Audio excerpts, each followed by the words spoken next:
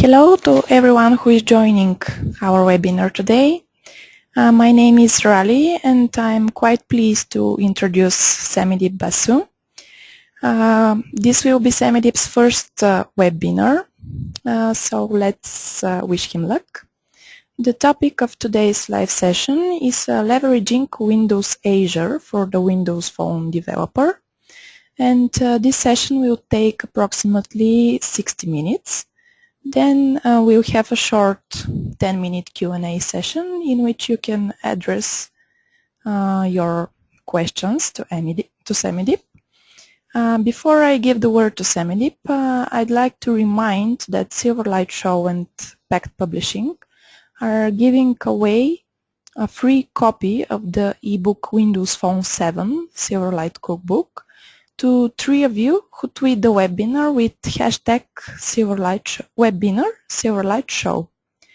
We also give 3 copies of Samidip's latest ebook for the most constructive feedback submitted in our post-webinar survey, but we'll hear more about that after Samidip finishes his presentation.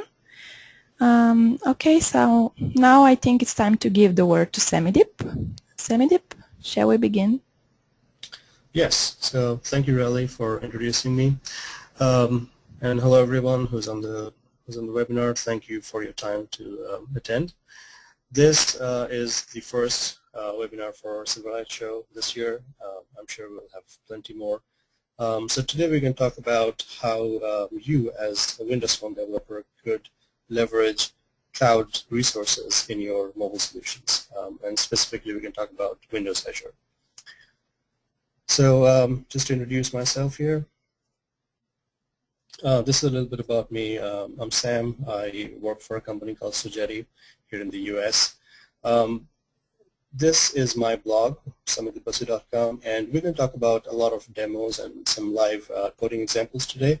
Most of this is either on my blog, all the codes and the demos, or they're available on silverlightshow.net as articles. And even after the webinar, we will make some of the slides and some of the demos available to you. And also, like Riley mentioned, we will have a short Q&A section at the end of the webinar. So if any questions you have, please feel free to type them up on the dashboard, and I'll try to answer as many as I can. If we run out of time, I'm giving you a few ways to get in touch with me. Twitter is very easy and quick to get in touch with me. It's @Samidip, and then that's my email. So I'll try my best to help you out. All right, so since you guys are already on the Silverlightshow webinar, I'm guessing you all know about Silverlightshow. We do a great job here about putting out a lot of ebooks and tutorials and free articles. So if you're doing any kind of Silverlight or WPF Windows Phone work, Silverlightshow is definitely a great resource to check out. All right, so let's see what we want to cover today. And I'm going to try to limit this to exactly 1 hour. So we have time for some question and answers at the end. This is kind of what I tentatively have in mind to talk about today. So we're going to talk about push notifications, which is a wonderful way to make your Windows Phone apps come alive, have the live tiles, invite your users back into your app. So we're going to see how the cloud can help in that regard. Then we're going to talk a little bit about the OData, which is the Open Data Access Protocol, see how that might affect your data strategy as you're doing mobile solutions and if you're trying to leverage the cloud. We'll try to look at a real-world conference application and see how we might be using CDNs, which stand for Content Delivery Nodes and Networks, and that's another great way of utilizing the cloud. And then we're going to end with the Azure Toolkit for Windows Phone and see how some of the constructs behind the scenes like blobs and tables, how those can be leveraged. And we're going to talk a little bit about membership and or the ACS, which is the Azure the Control Access Service, I think. So we'll see how you might authenticate users for your Windows Phone applications. All right, so let's begin here. This is a slide that I almost always have in my Windows Phone talks. It's a slide that talks about Metro, and this came from the 2010 Mix conference, I think. And the reason why I have it is it's very important for us to realize that we are slowly getting into a mode with Windows Phone 7 and now with Windows 8, eventually with Xbox 360, where we developers need to understand a little bit about the Metro design language. So we are not doing things which we shouldn't, just because Metro is simple, it's content first, it's Chromeless. We should try to stick to those principles in our applications. So that's just my pitch to go Metro. So let's begin. And I'm saying all of this from the perspective of a Windows Phone developer. So as you start writing Windows Phone apps, when should you consider leveraging cloud? So let's begin with what the cloud might be, and this is kind of introduction. So there are lots of definitions of the cloud. It's like an electricity grid. You consume what you use. It's either storage or compute. So there are plenty of resources on what cloud computing is, and you'll get a lot of definitions until, and this is me trying to be funny, until Dilbert says, no, it's just cool to be doing the cloud. Everyone seems to be trying to leverage the cloud, so we should as well, right? But that's not the point. The point is to make sure that it really makes sense for your mobile solution to utilize the cloud. All right, so on a more serious note, what is it that we're talking about? So Windows Azure is Microsoft's cloud solution, and it's not the only one. There is Amazon, there are other resources. But overall, the cloud is just another place for you to put stuff away, code or even storage. And you're built like a utility based on how much you consume. Now, it does come with some benefits. If your applications grow a lot very quickly, you might have some scalability issues of supporting all that hardware. And with the cloud, you don't have to. And you can scale up and down. If your application is seasonal, you can scale up and down pretty easily. And you get a lot of confidence because it comes with SLAs, so they will give you 99.99% uptime if you host your compute or your storage instances in the cloud. Now, why should we talk about the cloud in terms of mobile solutions, right? Now, our smartphones are very smart these days. They do a lot. They have a lot of processing going on, but at the end of the day, you've got to realize that they're still small devices compared to like computers. So anything that we can offload from our smartphones onto a backend service, it helps with the battery life on the smartphone. And sometimes you'll notice as we talk through some of our demos, it just makes sense to utilize the cloud because we will live in a hybrid world for a long time. I mean, we will have Windows phones and iOS and Android devices and a whole plethora of devices, and this will exist for a long, long time. And any serious mobile solution, you will actually want to serve other platforms too, and not just Microsoft's Windows Phone. So the cloud really helps in that regard, where you can have one backend solution, one storage that serves all platforms. So we'll talk a little bit about that today. Now, as we talk through this, one thing to keep in mind, like I said, is practicality. Let's do what makes sense. Sometimes if you are an individual software developer and you're a vendor and you're making some apps for different mobile platforms, it might not always make sense to utilize Azure because Azure has a lot of benefits, but it also does come at a little bit of a price.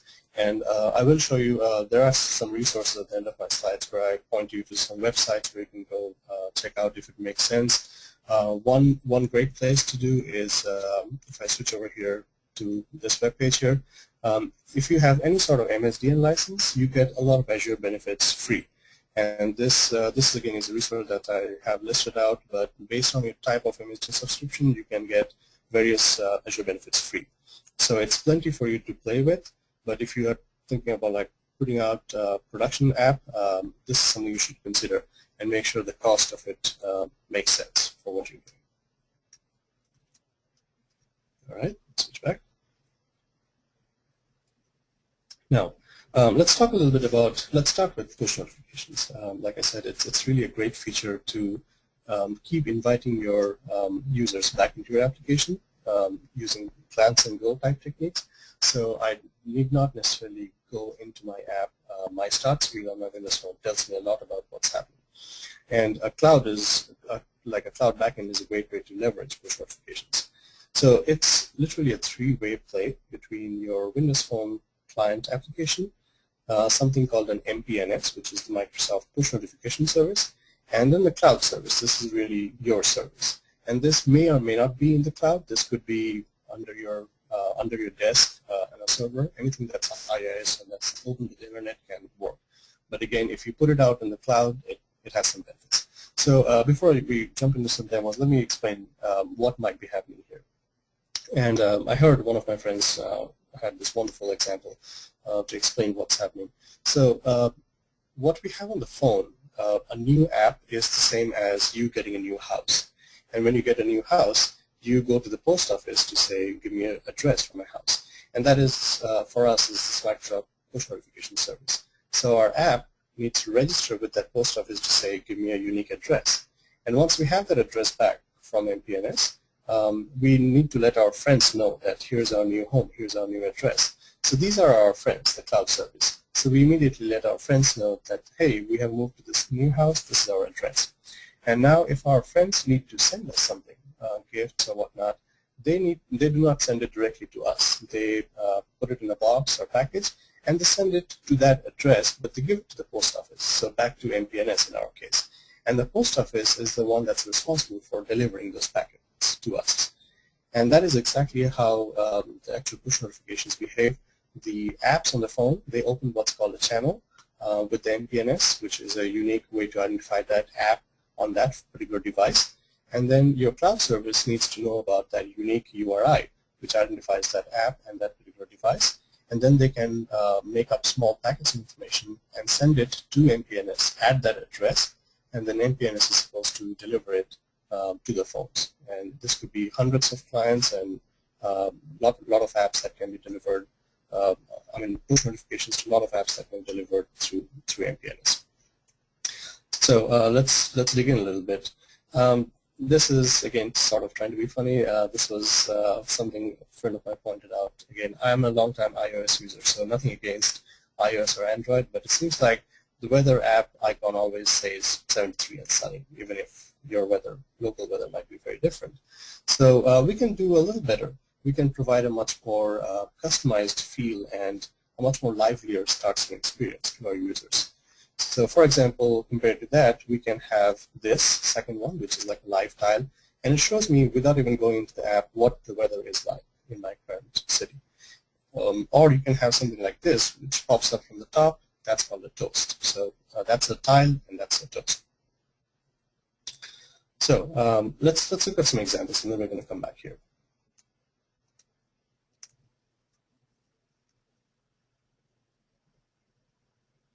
I'm going to go into this particular demo here. So I hope you can see my screen, and I'll magnify my code a little bit as we're talking about it. So this is a very simple weather application on the Windows Phone. So if I click on it, it shows me weather for a few cities. I have Columbus, New York, and this is leveraging Yahoo's free weather data.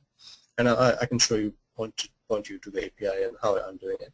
So if I'm in Columbus, all I have to do here is say register current location, which says I'm in Columbus, and then hopefully this is a live demo, and so it did work actually. You'll notice that this is a live tile, and it got updated with my city name, some weather background information, and then this is the temperature. And if I go in and if I change it around to something else, let's say Chicago. And again, we are going off to Yahoo to make that request. I will give you all the code so you can maybe play with some of this sample code. So let's go Chicago, 39 degrees. And if I say I'm interested in Chicago, eventually when I come back home, you'll notice that the live tile has updated itself. Now this particular app is running on the Windows Phone 7.0 platform, which is pre-Mango. And in this 7.0 runtime, we had no way to update the live tile without sending out a push notification. So this actually is coming from the cloud. And we'll see how we make that happen. But to just show you some sample code on what we're doing here, when I hit that little register thing from the app bar, this is what we're doing. We are saying we need to open a channel with the MPNS, and that is done through an API called the HTTP notification channel. And we'll see if we either have a channel that we already can use, or do we need to create a new one. If we do need to create a new one, this is the method that I hit, And you'll notice that I simply do a request to the HTTP channel, giving it a certain name, and create that channel with MPNS. Once I do, I subscribe to some events. I make sure that once I have a URI from the channel, I can respond to it once I have that unique URI. And in my response, you'll notice that it's here. Once I hear from MPNS that yes, I have a unique URI, I go ahead and save the channel in my local isolated storage, and I also subscribe to my service and I subscribe to notifications. This is what tells my OS that I might be receiving push notifications on that URI, so be ready for it. And this subscribe to service is what I use to tell my personal service to say, hey, here's my unique channel URI, so you can send me push notifications.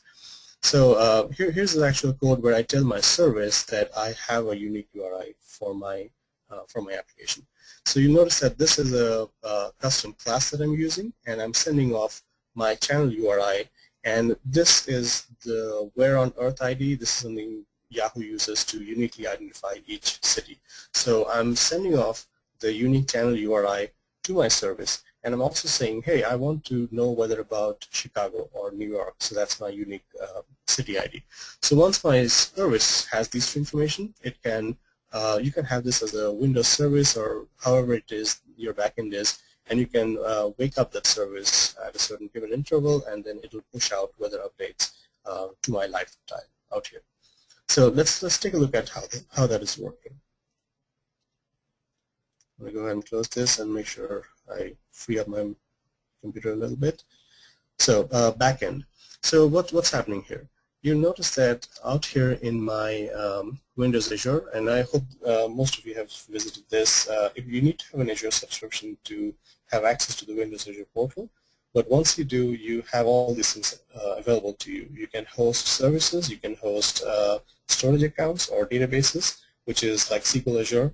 It's nothing but SQL Server running on the cloud with a lot of orchestration. So in our case, you'll notice that I have a hosted service here under one of my subscriptions, which is this guy, the Weatherlight backend. This is the backend service that's actually powering my app. So this is the one which sends out the push notifications. So let's see how we got here and what are we actually hosting in Azure. And again, this is something you can definitely host in your ISP or however it is you do hosting. With Azure, it just has the benefit of scalability. So if your app suddenly becomes very popular and you have 50,000 users, you might not be able to scale up very quickly, or you might buy a lot of hardware to host it and then realize that your app is not reaching that critical mass yet. So Azure gives you the benefit of easy scalability up and down. So let's go back here into the backend and try to figure out what we actually did here. So on my backend, and let me move this dashboard out here so you can see. In my solution, this is a solution, and I made this because I have access to the Windows. I have the Windows Azure Toolkit installed on my machine, so I have access to some templates. So this particular solution is made up of 3 projects. This is just the WCF service. This is the actual implementation of it. And then this project has the actual endpoint, which my phone app called into. And then this cloud backend, this is just an Azure wrapper, so that I can package this code up and put it out on Windows Azure. So let's take a look at what we did. In our actual code here, I have an interface which defines 2 operations: register and unregister. And if you if you remember the code from the client application, the register is what excuse me one second. The register is what our Windows Phone application called into, and it gave it the channel URI and the unique city ID. So that is the WCF operation contract that we called into from our client code. Now, what I also have is the actual implementation of it. So once someone calls into the register, the backend service kind of takes care of the subscriber, and it hangs on to the subscriber. This is just a demo, so I just do it in memory, but you might want to put out a list of subscribers either on a database or in table storage. So I once I get a subscriber, I add the subscriber, the URI of the subscriber, and so I can send out push notifications. Now, if I look at the backend core services, what is it that the backend actually does? You'll notice that once in a while this guy wakes up and says, I need to do some core processing. And the core processing means that I need to go through every one of my subscribers. And why you might have multiple subscribers is because you might have this weather application running on, let's say, 1,000 phones, right? So each of those 1,000 phones is a subscriber.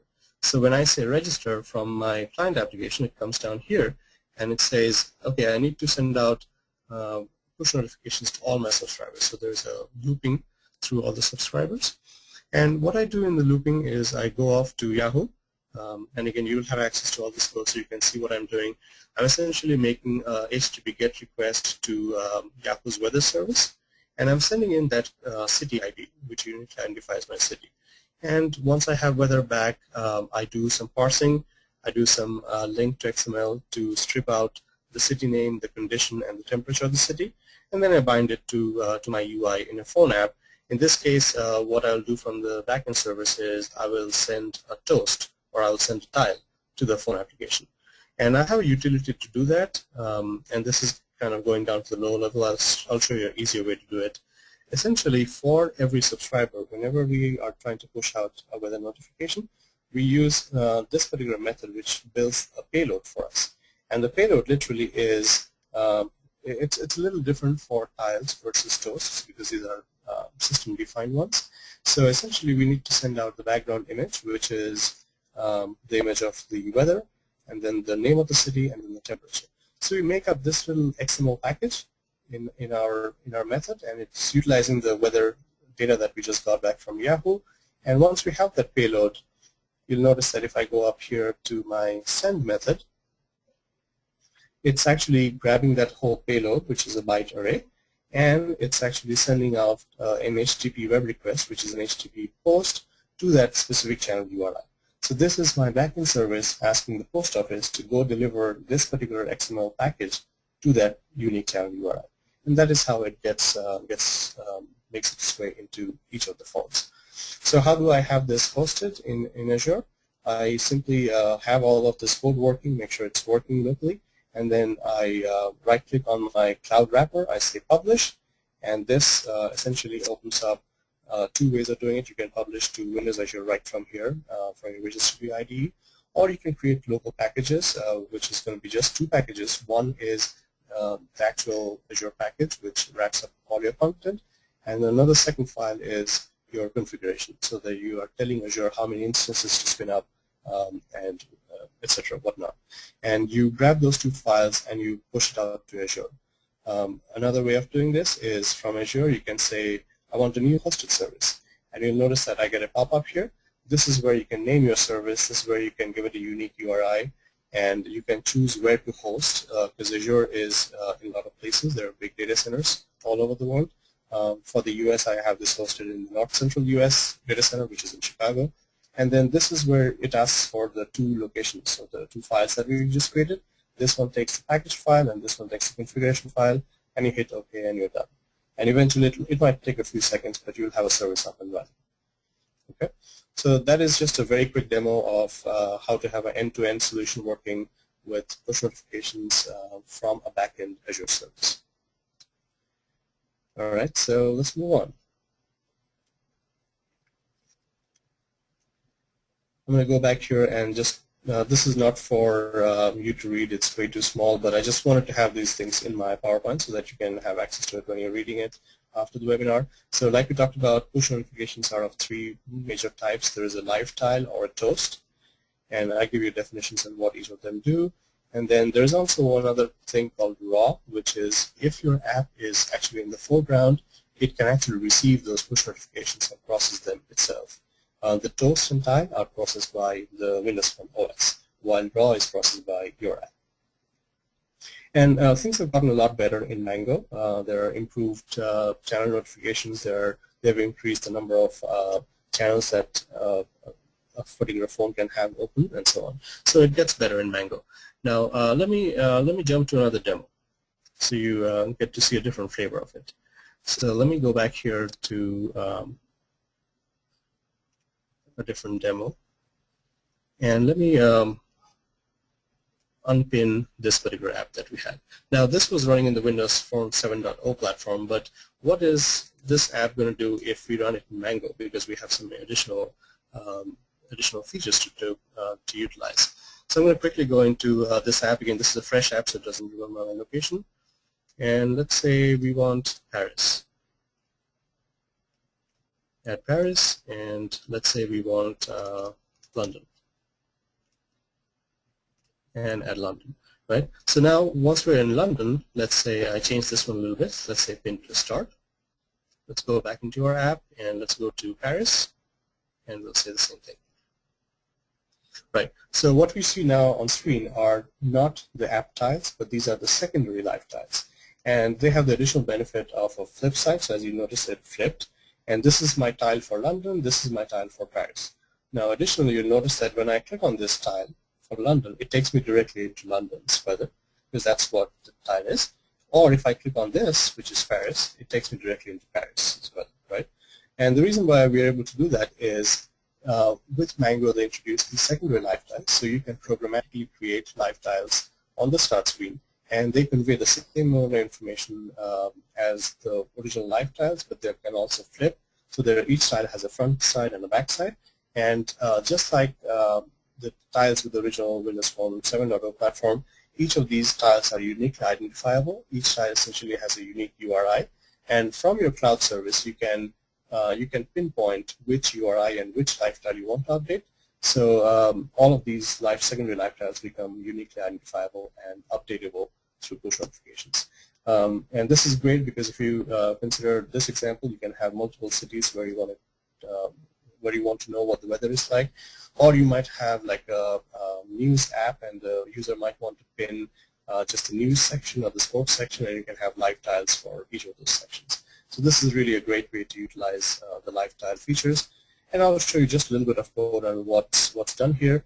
When I hit pin for each of my cities, essentially I'm utilizing an API called shell tile, and this is what checks whether the user already has a tile for that city or not. And again, I'm utilizing the square on Earth ID to uniquely identify my city. So if I do not find a city with a live tile, I'll go ahead and create a live tile. So I'll give it a few information so that you can go ahead and create the tile, and then the shell tile create is what actually creates the tile. And each live tile, again, it's given a unique URI. So when I tap on the live tile, it comes back into my app, but it also gives me some information of what that tile is. So this is what uniquely lets me handle whether you clicked on the London tile versus the Paris tile. All right, so I hope this makes sense, and now we're going to switch gears a little bit.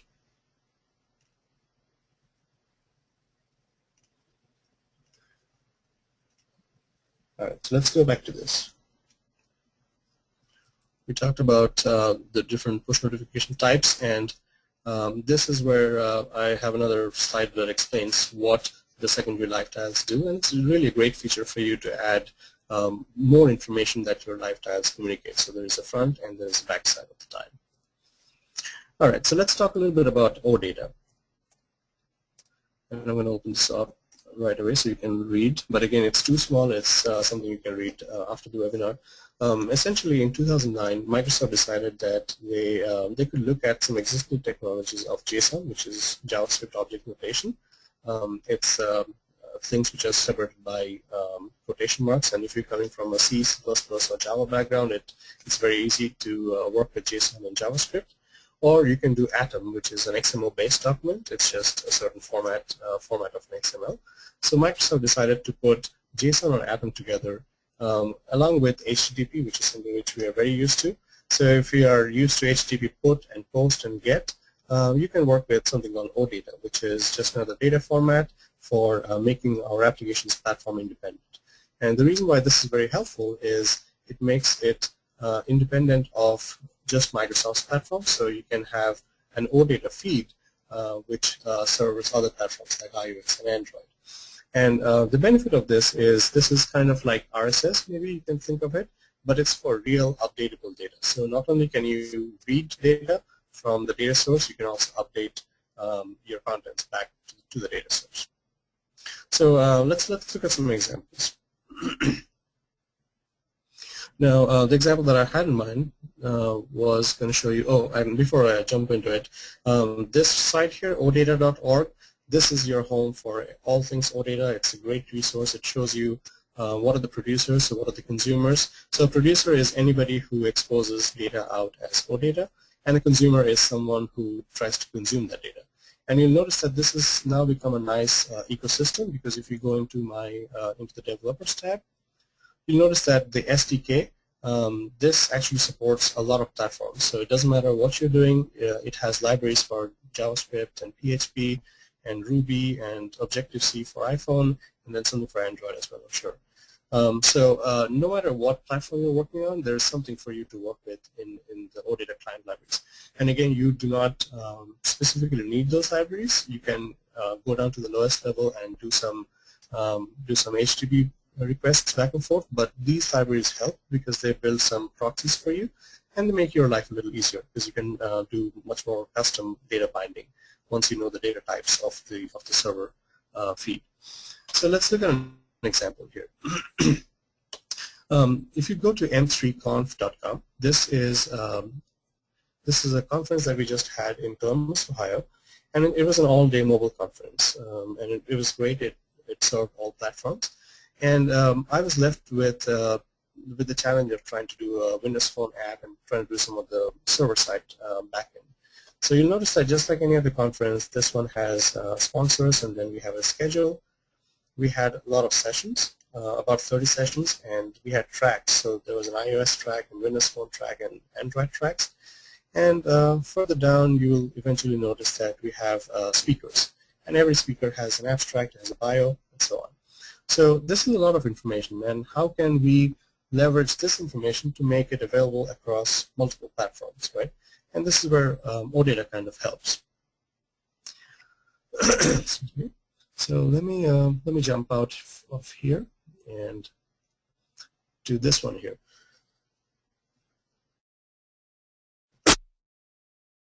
Excuse me. All right, so now you'll notice that in my Windows Azure portal, in my database, I have several SQL Server databases in my different accounts. I'm looking at one particular SQL Server database. And in there, I have a very simple collection of tables, which is relational because things are tied. So I was able to break up our data into 6 tables or 5 tables so that I'm minimizing redundancy, right? So I broke up our conference catalog into locations, which are all the rooms that the sessions are happening, session details, speakers, time slots, and tracks, right? So just the same information as we have on the website. It's just this is the back end of it. This is just a SQL Server with 5 tables in the database. So how do we work with this? Let me go over to our OData service here. So this, again, is a cloud type project, and the way you get started is I do File, I do New, and then if you have the Azure toolkits installed, you will have a cloud option and you see a few more things. So this is what I picked. I picked a Windows Azure project, and then it lets you add either a MVC type website to your project or a WCO service or various types of applications that you can host in Azure. So this particular one is a cloud solution which has a WCO service embedded in it. Excuse me. So let's look at how we did this. Again, this is just a solution to projects, very simple. This is the cloud wrapper, and this is the actual WCO service. So the way you get started is I go to my WCO service and I say add, and it's a new item that we're going to add. And if I go, and these are all available as NuGets, but if I go add an ADO.NET entity data model, this is like an ORM, object relational type mapping service, which can look at any particular database, and it gives you access to the entities, the tables that are in the database. So we add this, and you'll notice that if I, I'm sorry, I clicked on the wrong one. Let's do that again.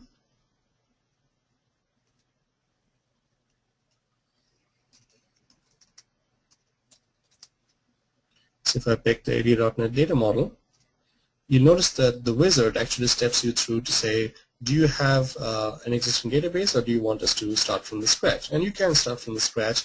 We are going to use Entity Framework for our object relational mapping, and it does support code first. So you can have a class which describes your object model, and then it will make a database out of your class. In our case, since we already have a data store in SQL Azure, this is just a connection string to a database, and it can be anything you want. You can connect to any database that .NET can connect to. So once I do that, what I have here on my file is an EDMX. In my project, it drops an EDMX file. And if I open it up, you realize that since I pointed it to that database, it immediately knows the database structure. It can see the tables, and also it can see the relationship between the tables, the sessions, the locations, and the speakers and the time slots and the relationship between them. So right away, I have .NET business objects based on my tables, which is a great place to start. Now the next thing we need to do is, and we're essentially creating an OData service here. The next thing we need to do is we go into Add, and we add what's called a WCAO data service, which is this one here, right? Once I add it, you'll notice that the endpoint is an SPC because this is just like a WCAO service. Once I add it, it's here. You'll notice that in my code, I have access to all the entities that my database had, my sessions, my speakers, and locations. Now, this is a conference catalog, so I don't want things to be editable. So I've made all of them read-only, but you can also make this updatable if you want. So I have all of this defined, and I'm making all these entities exposed out as an OData service. Just by virtue of me doing those things, if I now go back, let me move my dashboard again. If I go back to my OData service endpoint, I can say View in Browser, and it sometimes doesn't like the endpoint here. All right, so you'll notice that this is running in my local host. This is my local copy of that service, but this looks like an OData service, right? It has those endpoints, and if I go into, let's say, my speakers, it actually gives me, by default, it gives me atom feed of all the speakers that I have in my database. And you'll notice that there is a feed root node up here, and then there are entries for each speaker. For example, here's a speaker called, let's say, Jeff Fansler. So for each speaker, I get a speaker ID, I get a speaker, I get his bio, an image, and a Twitter handle, right? So all of this information right away is available to me straight out of my database, which is hosted in SQL Azure. And the good thing about this is platform independent now. So I can have access to this from an iOS or an Android or a Windows Phone app. And again, just to show you an example, if I go to my locations here, which are all the rooms that the sessions are happening on, I can, if I remember, I can say format equals JSON. Just by virtue of me switching that URI, it now gives me the data back in JSON format. So you don't have to use Atom, you can do JSON. So once I have this service, I can host this. Again, same techniques. I can go back here to my OData service, and I can bundle this up. I can right-click on my service, and I can say Publish. And then I can pick up those two files or publish directly from Visual Studio. In our case, I already have this published. I have this published here. If I go to my hosted services, and then, well, not this, but this guy, the M3Conf OData feed. So this now becomes an OData feed that's accessible to anybody, right? And if I go in here to my actual instance, I can click on that, and this is just the endpoint, and now I can go M3Conf OData service, and now I have the same service that I had locally, but now it's hosted in Azure as a service, so it's accessible to anybody across the globe, right? And now it becomes very easy to consume this in a Windows Phone app, for example, and I can just simply grab this whole URL, which becomes my service, and I can go to my Windows Phone app. Let me close a few things down. Okay, so this is my Windows Phone app, and you'll notice that in here I start with adding a reference to my service. So this is my service that I just created and posted in Azure. I have added a reference to it so I know what my data entities are. What are my speakers, what are my sessions, and my time slots, right? So this is a sample application. This it's actually out on the marketplace. You can go and download and play with it. But let's look at a few interesting things about this app. So it starts out with a panoramic view of of the main screen. It talks about venues and sponsors, and it talks about the sessions and speakers. And then I'm using something called a hub tile, which is part of the Silverlight toolkit. It's a nice flipping experience of all the tiles and all the tracks that you have. Now, one thing I wanted to point out was if you go to speakers here, you'll notice that these are all my speakers for my conference, right? And I have like 31 speakers, and for each speaker I can drill in to the speaker's abstract on what he's talking about, more information about the speaker, and where it's happening, and so on. Now, what's interesting for me in this particular screen is the fact that over here I'm just delivering small headshots of the speakers, right? So this is a part of the OData stream. If we go back and look at my speakers, you'll notice that for each speaker I have this small thing called an image URI, because the actual headshots of the speakers, they are not hosted in my Azure service. They're actually hosted as part of my blob, which is from my storage account, right? So again, let me go back here and show you my storage account. So in here, for one of my subscriptions, I have a storage account called M3 Conference Speakers, and that is where I have all those headshots hosted, right? And I use a different tool just to show you. So this is my blob container, and these are all my image files. So these are the images for every one of my speakers. Now, once I have it hosted in a blob storage, I can have access to it. If it's a public blob, I can have a public URI. So I can say, I can type in my browser m3conf speakers / the storage container name, which is this, and then / the file name. And that's going to give me the file, and I can do that from my application. But we want to be leveraging some unique features of cloud solution, which makes it very customizable. For example, in our case, let's go back here. And if our application, instead of delivering these small headshots, if this was actually delivering high-quality imagery, let's say maps, or let's say you're delivering media for your Windows Phone application. If a user is using this application in Asia or in Europe or in Australia, there might be some lag just because of the physics of it, because all of this is hosted in the Azure data center in Chicago. So just because of the distance, you're going to have some lag.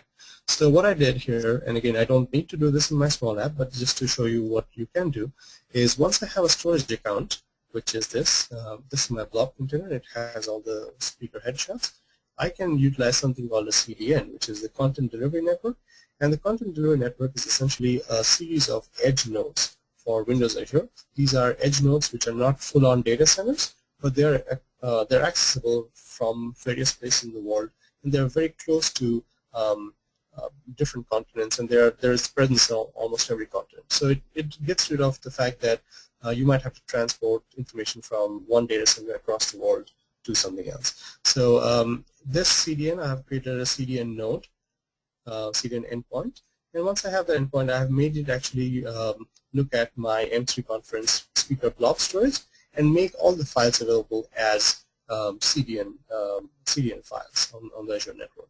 So instead of having access to directly the blob storage, every CDN has a unique DNS endpoint, and this is what allows Azure to figure out that your request is really coming from Asia, so let me serve it up from the Asian edge store versus something from Australia, something from Europe, right? So if we go back and look at our OData feed, you notice that every speaker, the unique URI for the headshot is actually utilizing the CDN nodes.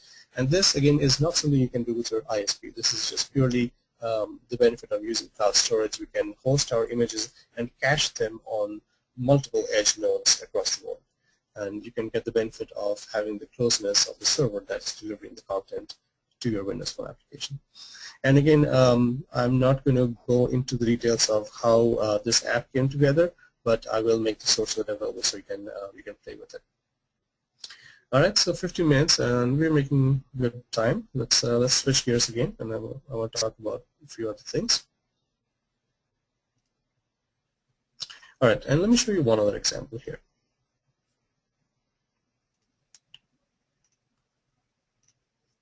And let me bring this up.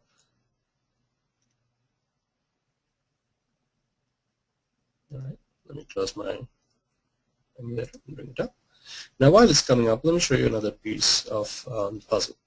So here again is an example of me having a SQL Server instance in the cloud, and this is hosted on one of my SQL Server accounts. Let's get rid of that for now. And then you'll notice that I have a very simple table called demo, right? And I'm sorry, the database is called demo, and then there's a very simple table called team. Essentially, I want to keep track of my team members who are working with me. And for each team member, I just want his ID and name and Twitter handle, right? So if this information was to be made accessible through OData, and I do have an OData service that's sitting on top of my database, you notice that it not only supports read, like we did for the conference app, it also does CRUD operations, which is create, read, update, and delete, right? So here I have a representation of my team on a phone app, and I can go ahead and add things to it. So let's add Silverlightshow. And let's add a Twitter handle. Save. So hopefully this works. Yep, it says, yep, I'm done saving to the cloud. And now when I come back, I see an extra team member, right? And just to prove myself, let's this is the database view of it. Let's refresh. And you see the extra record that we just added. So not only can we do read, we can also update if the OData service allows us to update. And you can also edit. So how was this done? Let me show you a little bit of code. This is some code which does the inserts and updates and the deletes to the service. For example, the load team, this is just the read part of it. You'll notice that I'm using some special classes called the data service collection. This allows us to fetch OData feed from a server and very easily bind it to our UI on the phone, because it has implementations of the iNotify property changed interface, and that raises events as I change my collection. So for example, when I came back to my home screen after adding a user, I didn't have to rebind. It just knows right away that there is a new collection element, and it updates the UI. So here I have actually gone off to my OData service, and this is actually defined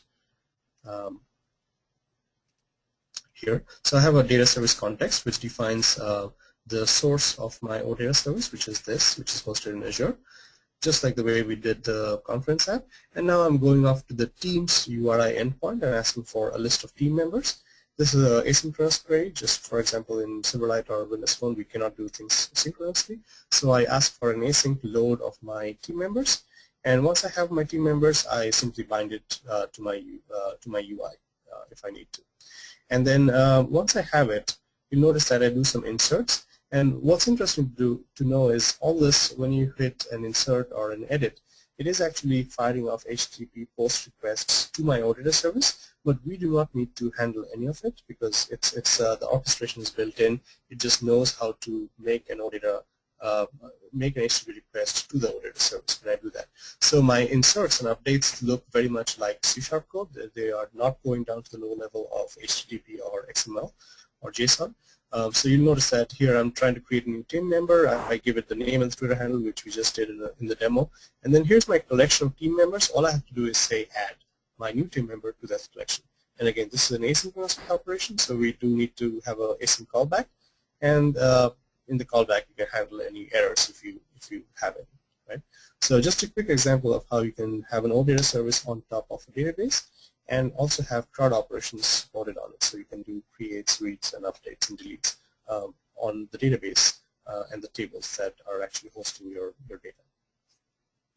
Okay, so we're going to switch gears one last time to talk about a few other things. So 12 minutes left. I think we're doing okay on the time. Let me switch to this. And let me go over to this here.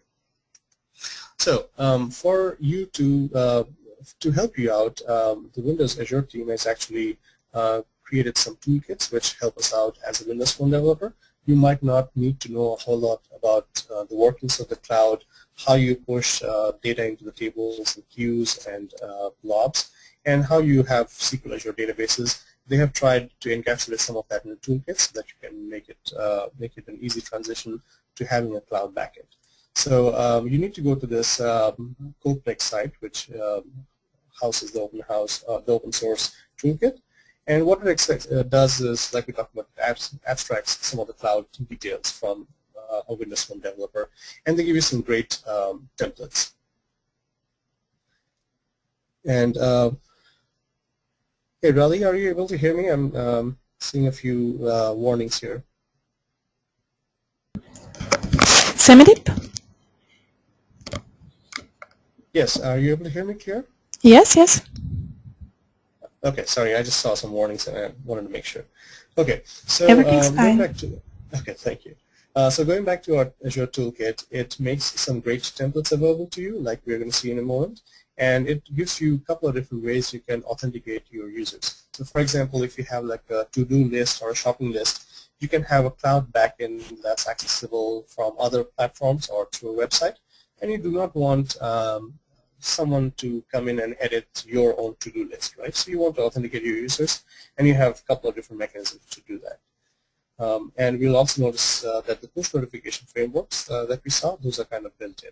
Right? So, and also this is something new as of end of last year. They added support for iOS and Android. So if you have a Azure backend that's utilizing this toolkit, you can send out push notifications not only to Windows Phone but to iOS and Android applications as well. So let's look at a demo. So what I have here is a Windows Phone cloud type application, and the way you do that is, and again, let me show you the base first. So if you go to that site I mentioned on the Codex, and this you'll have a URL to this in the resources. You'll notice that this has all the details of what the toolkit does, and there are NuGet packages that you can get. So if you didn't want the whole toolkit, maybe just want to use the notification system, maybe just want to use the access control service, you can get them as individual NuGets from this site, and they have URLs to point to that. Once I have it, once I get the toolkit, what I have on my Visual Studio template is a few extra things. So if I go into my projects, new project, as in my cloud type solutions, I see a few new things like Windows Phone Cloud Application or an empty cloud application. Now these are just templates which help you out. So I have chosen the cloud application and go ahead and added it to my solution. What it does, it just drops a few projects in my solution. One is it's actually 3 projects. So this one is my phone application, so it's the app on the phone, and then they have actually built some orchestration into the framework so that it knows the phone knows exactly how to communicate with the backend service, and they've built an admin website for you to play with. So if everything goes right, let's try to running this thing. Okay, it's complaining about the deployment. Let me close my VM and try again. So you'll notice that a few things happen. One is it's launching the Windows Phone app in the emulator, and since I'm using local storage, it's also going to launch the local cloud emulators for SQL Azure, the compute and the storage instances. You'll notice in my taskbar the emulators have come up here, the compute emulator and the storage emulator. So it takes a second to deploy. It's packaging it up and deploying it to my local emulators. This is no different from deploying it to the cloud. It's going to behave very much the same way.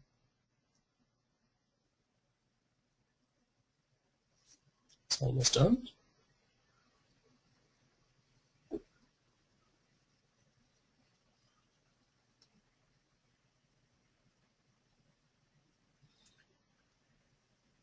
While it's doing, let me go into the app. This is the app that they install on the phone. Let me pin it to the start screen so we can see it in action. Okay, looks like it's done. You get an initial warning because, let's see if it works.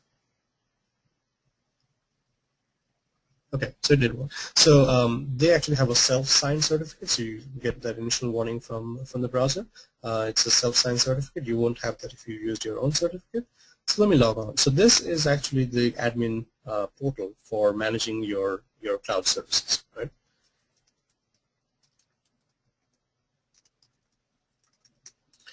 I'll log in here. Once I do, and since the app goes with it, you see users who are using your cloud services, right? So let me go back into the phone app, and let's go into it. Now again, on the phone you do need to install that self-signed certificate, which I can do in a second. And now let me sign in.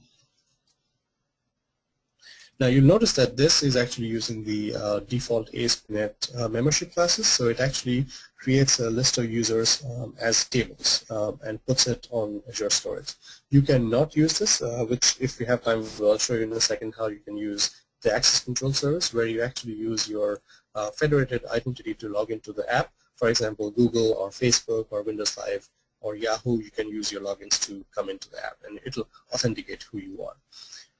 For us, let's just go into this app as a registered user, and it says, okay, I know who you are. Now let's enable push notifications. What this is doing is exactly what we saw in the weather app. It's trying to talk to MPNS and create a unique channel URI, and you will get a notification here which says, yes, I have a channel now. So now let's go back into our admin portal, and you will see the push notifications in action. And this is my user that I just signed in as. So let's have the app open here, and I'm going to send it like a tile update, for example. Right? These are the devices, things that I don't have connected, so it's just the first one. You'll notice that my live tile got updated. So with they have the framework built in, so it can push it out to this particular app. Also, if I have, if I want to push out a toast, then you will see a toast pop up from the app, right? Or you can do a raw if your app is running. There are other things you can do. For example, you can see all the tables that are listed if you have access to it, given the user. You can also do blobs, which is exactly the way we stored the headshots. You can, let's take a picture, for example, if you have media that you want to push up to the blob. We'll take a quick picture here from the emulator, and I can say upload. And then that goes into the blob storage for the user, and then when I list it, you can see my picture that I just took, right? So they are giving you all this framework that's built in, and if you look at the solution, they give you a whole lot of classes which you can actually strip out of this particular solution and just maybe utilize just the push notification services, or maybe just the ACS parts of it as NuGets that you can download, and they give you all of this as a part of the demo solution. Also, I wanted to point you to this particular URI here. All the orchestration that we saw on how to send out a push notification from the cloud, that might be going down to a very low level, like you're manipulating HTTP requests, you're making up a payload. You don't have to do that because there are some push notification server helpers which you can install on your server, and then your server application, you could very simply say send a tile, send a toast, and you can give it the information, and this guy is going to figure out how exactly to make that HTTP request at that channel URI. Okay, so I think that's all I had. Let me go back to my solution here, and let's open up this page here. So what I have here listed is all the different resources you can use, which talks about some of the things we talked about, the push notification helpers, the Azure. If you're not too familiar with Azure, the Azure Home, the portal, and the Azure Training Kit are wonderful places to start, because they'll get you used to what Azure can do for you, both in terms of compute and in terms of storage. And of course, the Azure Toolkit for Windows Phone, that's available at the Codex site, and more details on SQL Azure and how that can be like a SQL server in the cloud. And the benefit of that is it can feed any platforms independent of just Microsoft. And we talked about the benefits of CDN, so if you want to learn more about content delivery networks, and you can do so. And of course, Silverlightshow has had multiple articles and training kits on Azure and OData and Windows Phone. So definitely visit Silverlightshow if you have more questions. And that's all I had for now. Now we are going to open it up for some questions if you have any for Rally. So just type it in the dashboard. Like Rally said, we are going to do a little survey at the end of this webinar. So hopefully this was a good utilization of our time. We didn't go into a lot of details because I just had 1 hour, and I essentially wanted to touch upon a whole bunch of issues and just show you the tip of the iceberg, just show you the basics so you can go play with them yourself. So I think that's all I had. So Rally, I'll give it over to you. Okay, thank you, Samidip, for this quite interesting session. And now let's continue on with the short Q&A session. I've sent you a question Do you see it, Samidip? Yes, but I see it very small. Okay, please first read the question and then reply. Yes. Okay, so this is, I'm having a little difficult reading this. It's a little small. So Anato seems to be asked for, is there any way to host and work with SOAP services in Azure? Does the Windows Azure Toolkit have tools for handling this scenario? Yes, absolutely. So the Windows Toolkit does not by default have a way to host a SOAP service. It just hosts its own services. But at the same time, it is very, very easy to host a SOAP service or any kind of WCF service.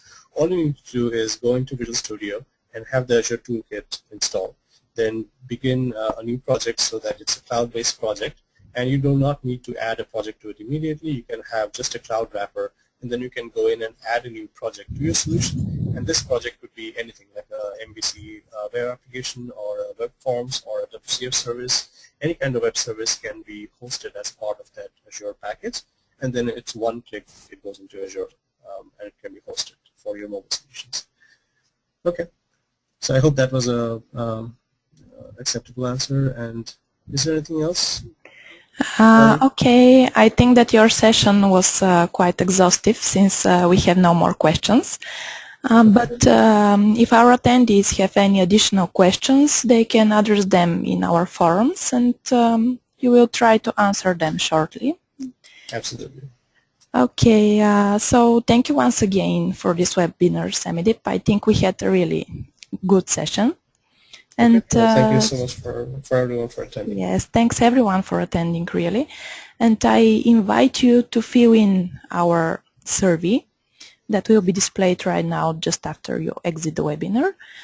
You should know that 3 of you will win Samidip's latest ebook on OData and cloud augmentation of Windows Phone apps.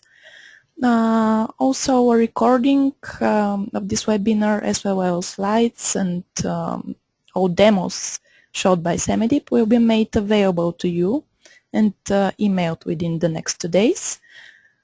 So thank you once again for attending, and hope to see you at our next webinar. Have a good day and evening. Bye.